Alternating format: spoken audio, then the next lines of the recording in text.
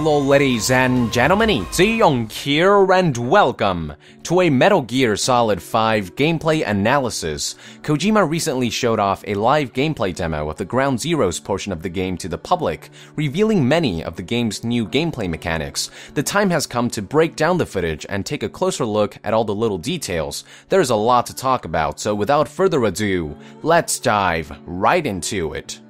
Now, one thing to keep in mind is that this build of the game was specifically created for Tokyo Game Show. Attention please, everyone. Welcome to Tokyo Game Show. So just keep in mind that not everything you see here is final.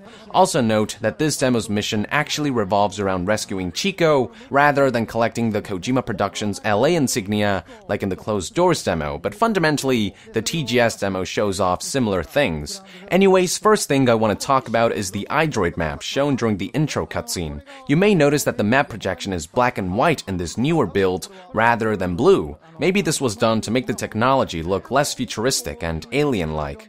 After the end of the cutscene, the Idroid is brought up once again but in-game, and this time it's displaying the game's mission objective, the current one being to rescue Chico. Prior to Metal Gear Solid 5, mission objectives would be given to the player via cutscenes or codec conversations rather than through a menu, but since Metal Gear Solid 5 is open world, there needs to be something to help players keep track of their many objectives, especially once side missions start coming into play, and this is Kojima's answer, the Idroid.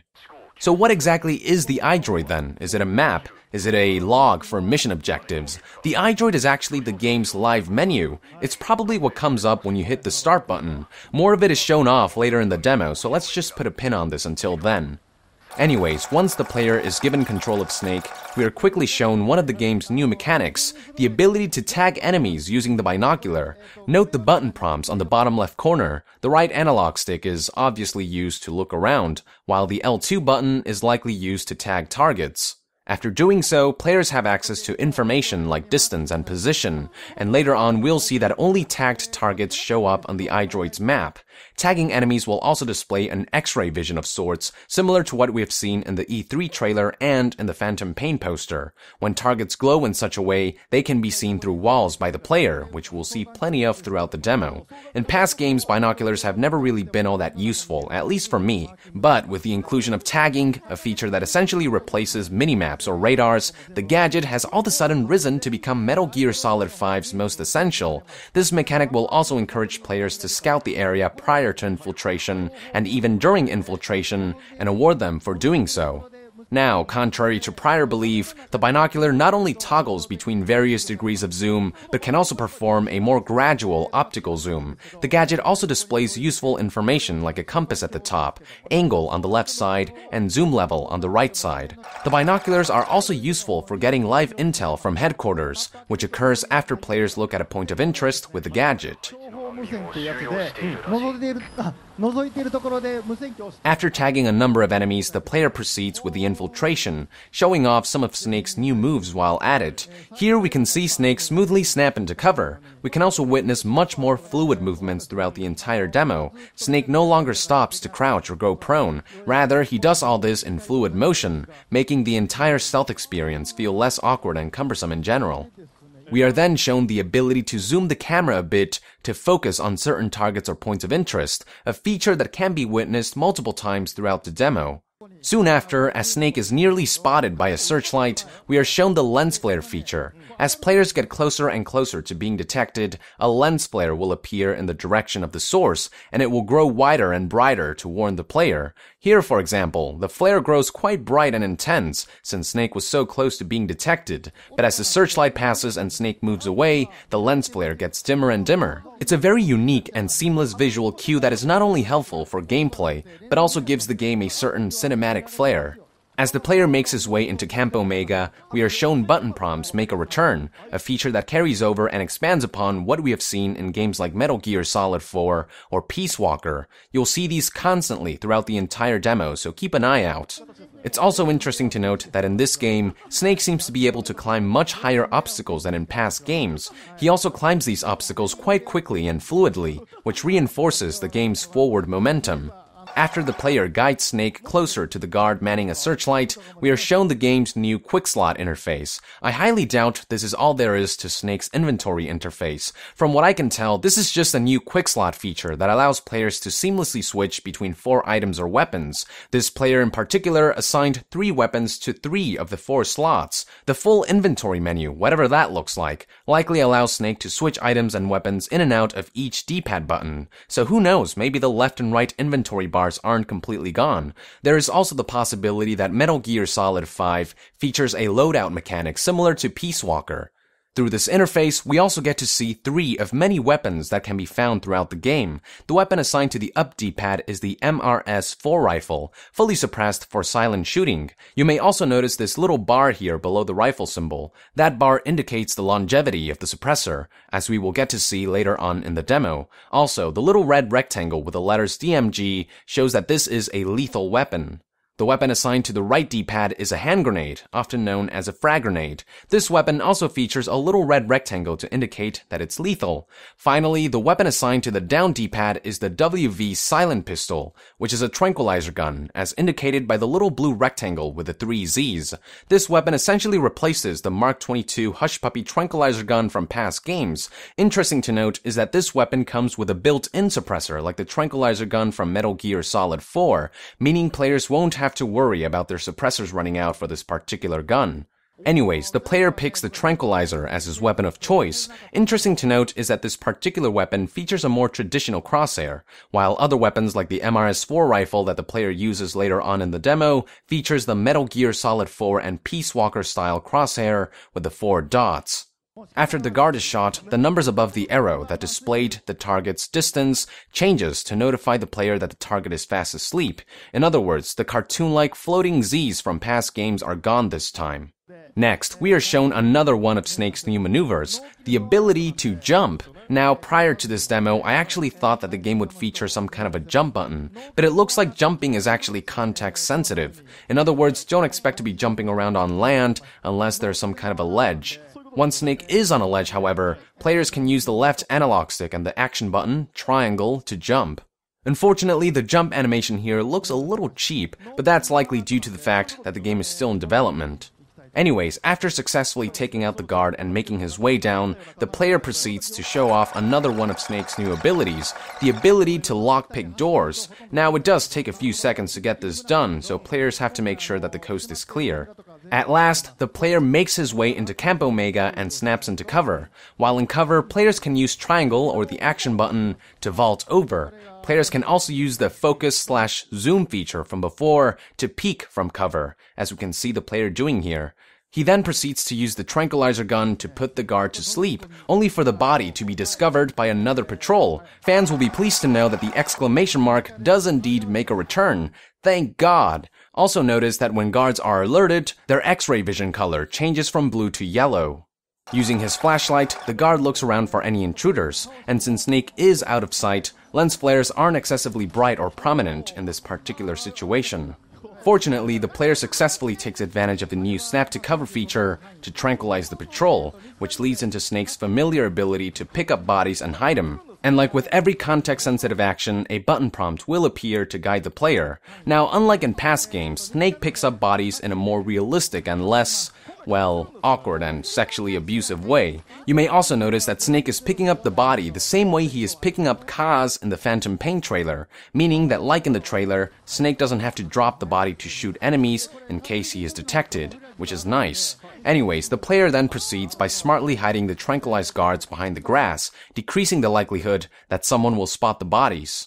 After hiding the bodies, the player gets closer to one of the guards' dropped weapons, which brings up a button prompt to use the circle button to pick it up.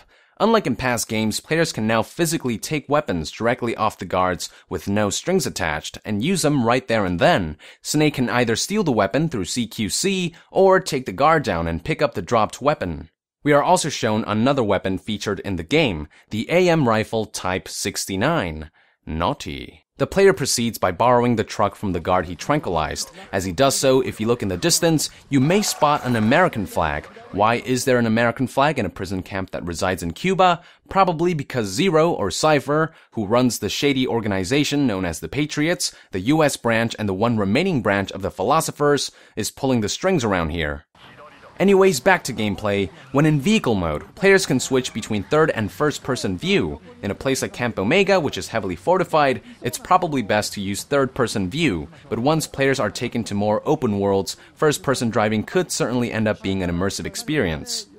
Moving on, the player proceeds by tagging another guard manning another searchlight, but this time, rather than taking him out by shooting him, the player decides to take him out up close and personal. After making his way behind the tower, the player is prompted with using the action button, triangle, to climb the ladder, something that Snake does faster and more fluidly than ever before. Once Snake reaches the top, we are shown Snake performing another one of his new moves, the ability to throw guards off ledges. Also notice that anything CQC related will show a button prompt with the same CQC symbol found in Peace Walker. The player then proceeds to man the searchlight, which leads into a rather funny scene in which Snake trolls guards by blinding them outright. I love the little details and animations Kojima adds to his games, little details like guards lifting their arms to cover their eyes. Searchlight towers also have their strategic value, however. Players can use the tall edifice along with the searchlight to get a better view of the surrounding area, allowing Snake to much easily tag targets without risking detection.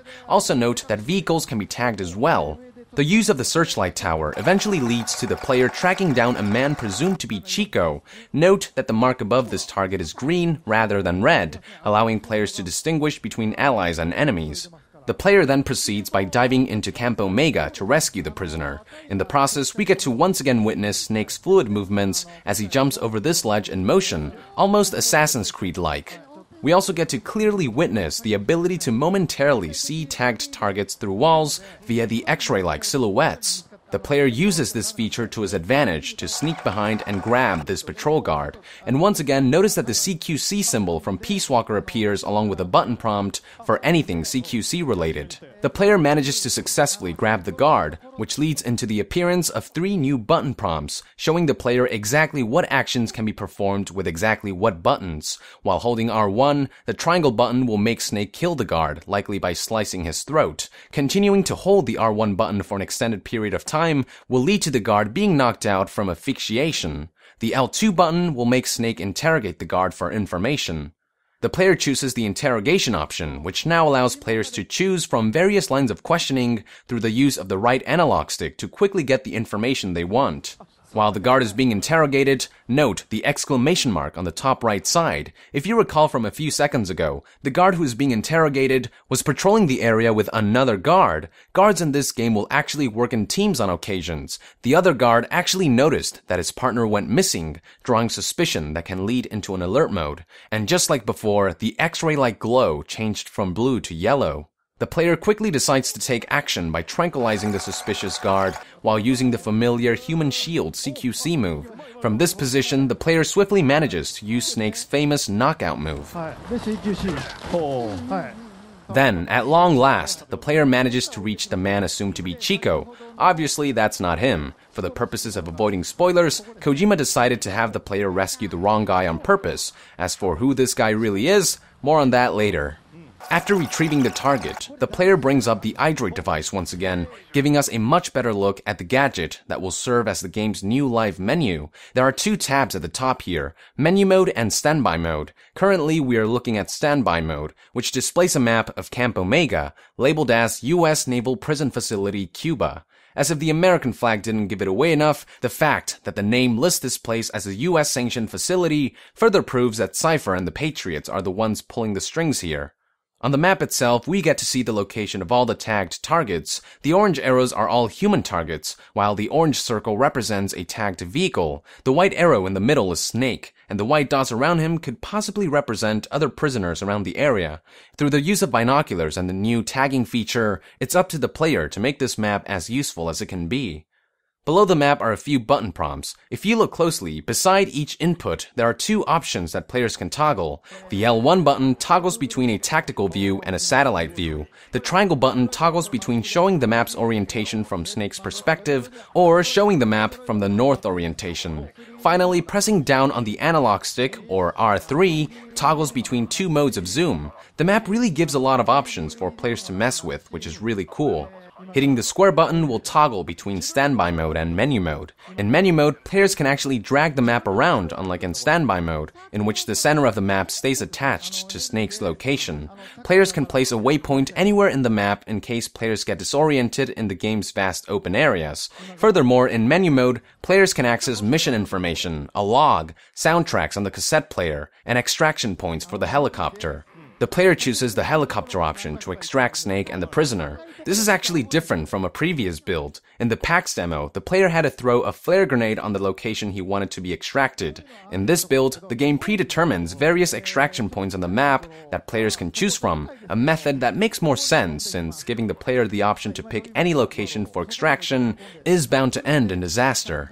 The player chooses the extraction point closest to his location. Notice that the game actually has an on-screen indicator guiding the player to the extraction point. Setting a waypoint somewhere in the map likely does something similar.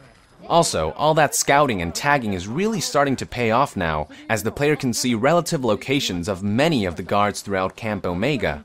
The extraction goes smoothly for the most part, but with a few hitches along the way. As the player makes his way to the extraction point, an enemy spots Snake. In past games, the classic alert sound would play, while an exclamation mark would appear on top of the guard's head, and all hell would break loose. In this game, however, once detected, the exclamation mark appears on the screen, along with a button prompt for the L1 button, which is the button for drawing and aiming the currently equipped weapon. When the button is pressed, Snake will draw his weapon and time will dramatically slow down, giving the player a few short seconds to take down the enemy before a base-wide alert is triggered. In this case, the player draws his tranquilizer gun and shoots the guard in the head in the nick of time. The player then proceeds to take advantage of the situation by using the unconscious guard to take out another unsuspecting guard. Correct me if I'm wrong, but from what I remember, using a guard's body against another is something that was introduced in Peace Walker, when Snake was given the ability to throw bodies in any one direction after grabbing an enemy. Anyways, with the coast clear, the player proceeds to the extraction point as the helicopter approaches Camp Omega. It's really cool to see guards actually reacting to this by shooting at the helicopter. I wonder what happens if the helicopter takes too much damage though. Will it pull back? And if it does, is there some kind of a cooldown before the helicopter can be called again? Who knows? Fortunately for the player, it doesn't come to that as he safely manages to reach the extraction point and rescue the prisoner. However, being heavily under fire, the player decides to pull out a rifle, allowing us to see more of the game's shooting mechanics, which are actually quite similar to Metal Gear Solid 4. And as I mentioned before, while the tranquilizer features a more traditional crosshair, the rifles is more akin to what we've seen in Metal Gear Solid 4 and Peace Walker, with the 4 dots. Not exactly sure what the different crosshairs mean, but it's still interesting to note. Another thing to note about the rifle is that it actually brings up some kind of an interface at the bottom right corner. This is something that we did not get to see for the tranquilizer since the camera footage was covering it up. But here's what it looks like for the rifle. It looks like a more modern, slanted version of what we've seen in past games. At the very bottom, we can see each bullet in traditional Metal Gear Solid fashion. You can also see the bar below the rifle symbol depleting as the player fires with the suppressor on. Once depleted, the player is left with an unsuppressed rifle, which makes a hell lot more noise, but at this point, it doesn't really matter. One last gameplay feature that you may notice during this firefight is threat rings that pop up in the direction that Snake is being shot at, similar to many first-person shooters. The gameplay portion finally comes to an end when the helicopter manages to get far enough to allow Snake to sit down and relax to make it back to Mother Base. Now, before the demo comes fully to a close, we get to hear some Japanese dialogue between Kaz and Snake. Unfortunately, I can't understand Japanese. I'm Korean, but one particular user, David's son, was kind enough to provide a translation, so here it is. Chico, じゃない。お前誰？ん？情報 S ランク。スキルは段ボール作り。段ボール？おお、優秀じゃないか。もしかして。ようこそ我々の舞台へ。スネーク、チコの場所は東京ゲームショウでは教えられないらしい。本編ではチコ、そしてパスを助けよう。続きは本編で。ありがとう。First things first, looks like cardboard boxes may have just been confirmed, but more importantly, this dialogue is a huge clue pointing at Peace Walker's base management and recruiting system making a return. In Ground Zeroes, players will likely manage Mother Base, but to a limited degree, since the base is eventually destroyed. Plus, Kojima has stated many times that Ground Zeroes will feature miniature versions of new features like the open world to get players settled into Phantom Pain. So it's certainly possible that Kojima is doing the same for the game's base management feature. In other words, Mother Base will likely act as a miniature introductory version of Diamond Dogs. Further proof comes from a translation provided by Brio Yo, who pointed out a portion of the footage in which the Japanese chick asks about the Fulton recovery system from Peace Walker. フルトン回収はないんですか？フルトン回収はグラウンドゼロスではないですけど、本編以降はありますね。本編にとらある。Kojima responds that the feature won't be available in Ground Zeroes, but it will make a return in the Phantom Pain. This could mean that Mother Base, being the miniature version of base management, will not include recruitment, while Phantom Pain's Diamond Dogs will. One last clue I would like to point out is the introduction of the term Tactical Espionage Operations, which was first introduced in Peace Walker, which happens to be the first Metal Gear Solid game in which base management features were introduced. Metal Gear Solid 5's tagline is also Tactical Espionage Operations rather than Tactical Espionage Action, which seems to be indicating that the player will be handling operations of an entire base. I have little doubt in my mind that Peace Walker's base management system will be vastly expanded upon and featured in this upcoming game. And with that, I would like to conclude this trailer analysis for today, ladies and gentlemen. Thank you for tuning in. I hope you took notes because that was a shit ton of information. Stay tuned for a second demo of Ground Zeroes coming on September 21st, which will show off the same mission being played in broad daylight. And to be further updated on Metal Gear Solid 5, be sure to join the nation and subscribe to Young Year. I'll see you guys next time. Thank you very much, and Young out.